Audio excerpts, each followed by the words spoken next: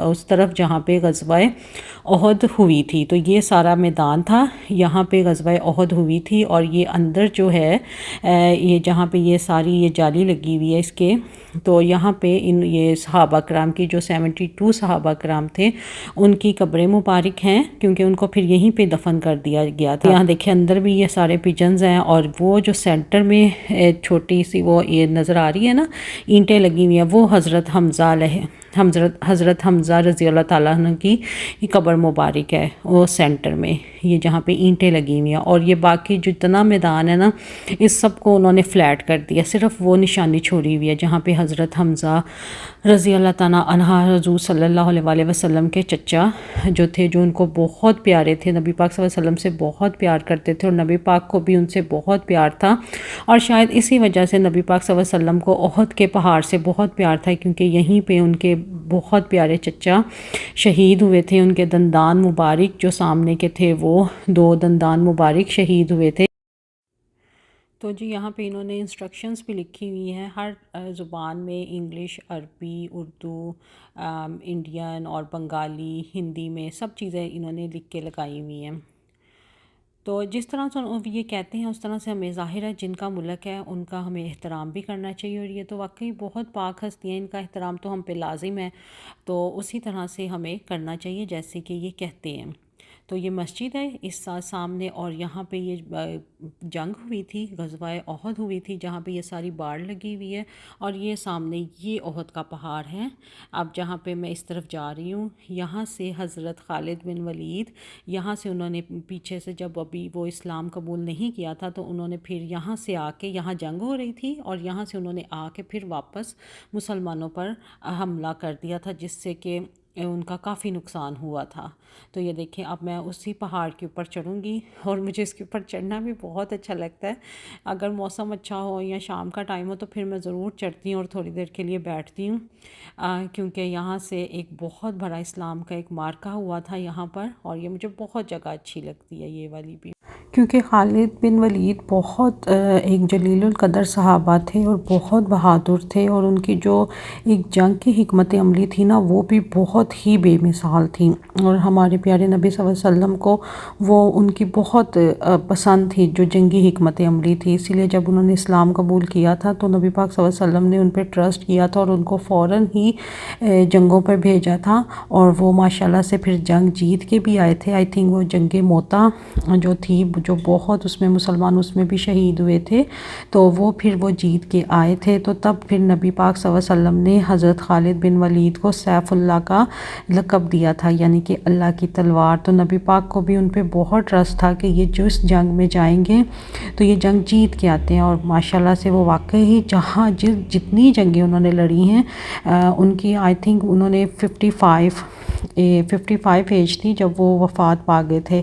تو انہوں نے جتنی بھی جنگیں لڑی ہیں وہ ماشاءاللہ سے جیت کے آئے تھے، اور اس میں کسی بھی جنگ میں وہ شہید نہیں ہوئے تھے. حالانکہ ان کی بہت بڑی خواہش تھی شہادت کی، لیکن وہ پوری نہیں ہوئی تھی. کیوں؟ کیونکہ وہ اللہ کی تلوار تھے. تو اللہ کی تلوار کو کوئی بھی مار نہیں سکتا، ہرا نہیں سکتا، تو گرا نہیں سکتا.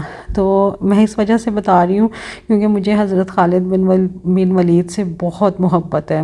میں ان کے واقعات، ان کی ہسٹری بہت شوق سے پڑھتی ہوں، اور ان کے بارے میں مجھے کافی انفارمیشن ہے، کیونکہ بہت بہادر تھے اور ایک ہمارے اسلام کے بہت بڑے ہیرو تھے، بہادر ہیرو تھے.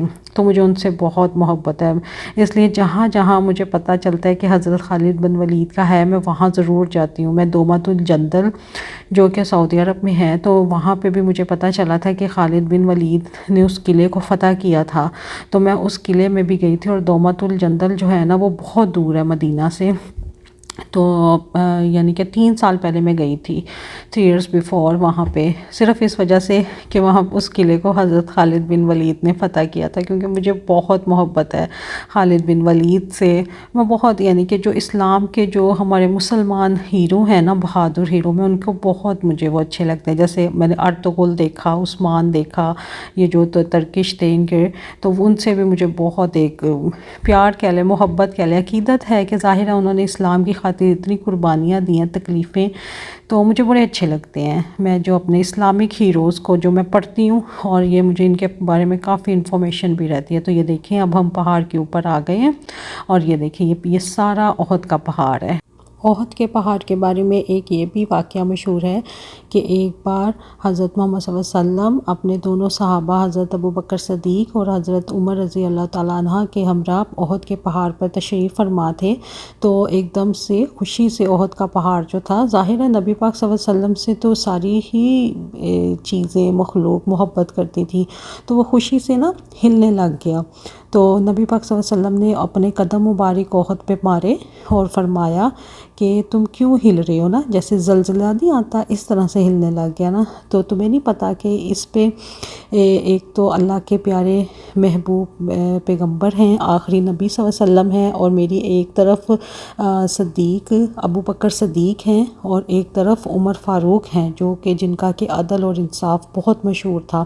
تو جیسے ہی نبی پاک نے ان کے بارے میں اور اپنے بارے میں بتایا تو وہ وہیں پہ رک گیا۔ تو یہ بھی ایک واقعہ ہے۔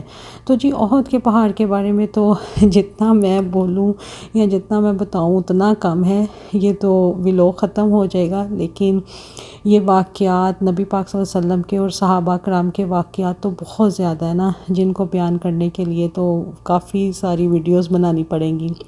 لیکن خیر جو مجھے اس ٹائم یاد ہیں، جو یعنی کہ اس پہاڑ سے منسوب ہیں، وہ میں نے آپ کو بتائی ہیں۔ تو یہ دیکھیں کتنا خوبصورت منظر لگ رہا ہے، یہ جگمگ کرتے پہاڑ، اور رات کے ٹائم نا یہاں پہ اور خوبصورت لگتے ہیں، لائٹنگ ہوتی ہے تو یہ جگہ اور خوبصورت لگتی ہے، لیکن کیمرے میں یہ جو ہے وہ نہیں آ سکتا۔ تو لیکن کیمرہ اس طرح سے نہیں اس کو فوکس کر سکتا جس طرح سے کہ ایک انسانی آنکھ کر سکتی ہے۔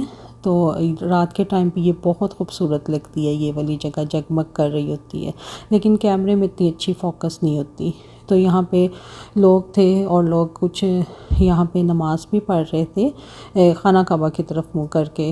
تو یہاں پہ اس طرح سے یہ دیکھیں کتنا خوبصورت لگ رہا ہے، یہ اتنا خوبصورت منظر ہے۔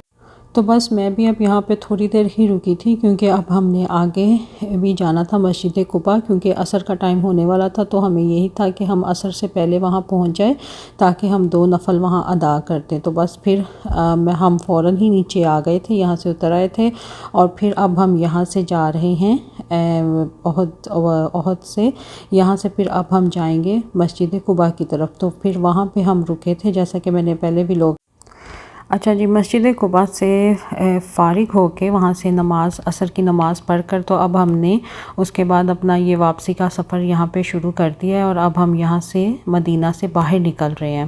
تو دیکھیں مدینہ سے جب ہم باہر آتے ہیں تو ارد گرد کچھ بھی نہیں ہوتا ہے، اور یہاں پہ بالکل خالی میدان ہے، یہاں پھر پہاڑ آئیں گے، اور یہ بس اس طرح سے کافی 400 کلومیٹر آئی تھنک 400 کلومیٹر یہ سلسلہ ایسے ہی چلتا جائے گا، بالکل بیابان اور میدان اور پہاڑ آئیں گے، ایون کہ کوئی پیٹرول پمپ ہی نہیں آتا۔ تو اس وجہ سے وہاں سے جب بھی جو یہاں کے رہنے والے ہیں نکلیں تو وہاں سے مدینہ سے ہی اپنے جو گاڑی کی ٹینکی ہے پیٹرول کی تو وہ اپنی فل کروا لیں، کیونکہ آگے 400 کلومیٹر سے پہلے تو کوئی پیٹرول پمپ نہیں آئے گا۔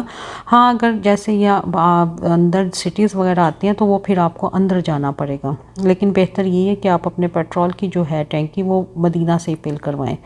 تو جی یہ بس اب ہم چلتے جائیں گے، اور بس ہمارا اب یہ سفر شروع ہو گیا، اور یہ دیکھیں کتنا خوبصورت یہ لگ رہا ہے کہ پہاڑ ہیں، اور یہ ابھی یہاں پہ بورڈ پہ بھی لکھا ہوا آئے گا، ابھی دمام کا نہیں یہاں پہ لکھا، ابھی صرف ریاض تک لکھا ہوا آئے گا، کہ پھر تھوڑا سا جیسے ریاض پاس آئے گا تو پھر آگے سے وہ پھر دمام کا مینشن کرتے ہیں۔ تو یہ دیکھیں بس اب یہ جا رہی ہیں، اور روڈز دیکھیں کتنی خوبصورت ہیں، اور ارد گرد ایریا بھی پہاڑ اور یہ میدان بھی کتنے خوبصورت لگ رہے ہیں۔ تو اب یہ مدینہ سے قصیم تک اسی طرح سے یہ سارا پہاڑی سلسلہ جو ہے یہ ہمارے ساتھ چلتا جائے گا۔ تو جی سفر کرتے کرتے اب ہم بہت تھک گئے تھے اور نیند بھی آ رہی تھی، تو ہم نے یہاں پہ اب لی ہے کافی، کیونکہ اتنا لمبا سفر ہوتا ہے کہ انسان تھک جاتا ہے، بور ہونے لگ جاتا ہے، اکتا جاتا ہے، فیڈ اپ ہو جاتا ہے، پتہ نہیں کیا کیا ہوتا ہے۔ تو پھر اس کے لیے اس سفر کو کاٹنے کے لیے پھر یہ جو ہماری ہے نا یہ کافی ہی کام آتی ہے، کیونکہ یہ اسی کے سہارے ہمارا جو ہے یہ سارا سفر کٹتا ہے، ورنہ تو بہت مشکل ہو جاتی ہے۔ تو پھر اس وجہ سے ہم تھوڑی تھوڑی دیر کے بعد کافی لے کے پیتے رہتے ہیں۔ تو اب ہم یہاں پہ یہ دیکھیں، یہ اب ہم ریاض میں انٹر ہو گئے ہیں، اور یہاں سے اب ہم ریاض جو ہے، ریاض ہائی وے ہم یہاں سے نکل رہے ہیں۔ تو اب یہ ریاض آیا تھا اور اب ہم یہاں پہ دمام میں انٹر ہو رہے ہیں۔ یہ میں آپ کو بہت مختصر سا کر کے دکھا رہی ہوں، یہ ایسے نہیں ہے کہ جیسے میں بتا رہی ہوں ویسے ہی بالکل بھی نہیں ہے۔ یہ جو سفر ہوتا ہے بہت لمبا ہوتا ہے، تو جب بس ہم شروع کرتے ہیں تو ایسے لگتا ہے جیسے نہ ختم ہونے والا سفر ہے۔ تو بس اللہ کا شکر ہے، پھر سفر تو کٹ ہی جاتا ہے، زندگی ہو یا سفر ہو وہ تو پھر ظاہر ہے کٹ ہی جاتا ہے۔ تو بس یہ دیکھیں، بس اب ہم دمام میں انٹر ہو گئے ہیں اور اب ہم گھر کی طرف جا رہے ہیں، لیکن بہت تھک جاتے ہیں، طبیعت خراب ہونے لگ جاتی ہے گاڑی میں بیٹھ بیٹھ کے۔ پھر یہ ہوتا ہے کہ ہم تھوڑی تھوڑی دیر بعد گاڑی روکتے ہیں، باہر نکلتے ہیں، کچھ کھاتے پیتے ہیں، تھوڑا سا فریش ہوتے ہیں، نماز کا جہاں ٹائم ہوتا ہے وہاں رک کے نماز پڑھتے ہیں۔ تو اس طرح سے ایسے ہمارا سفر کٹ جاتا ہے۔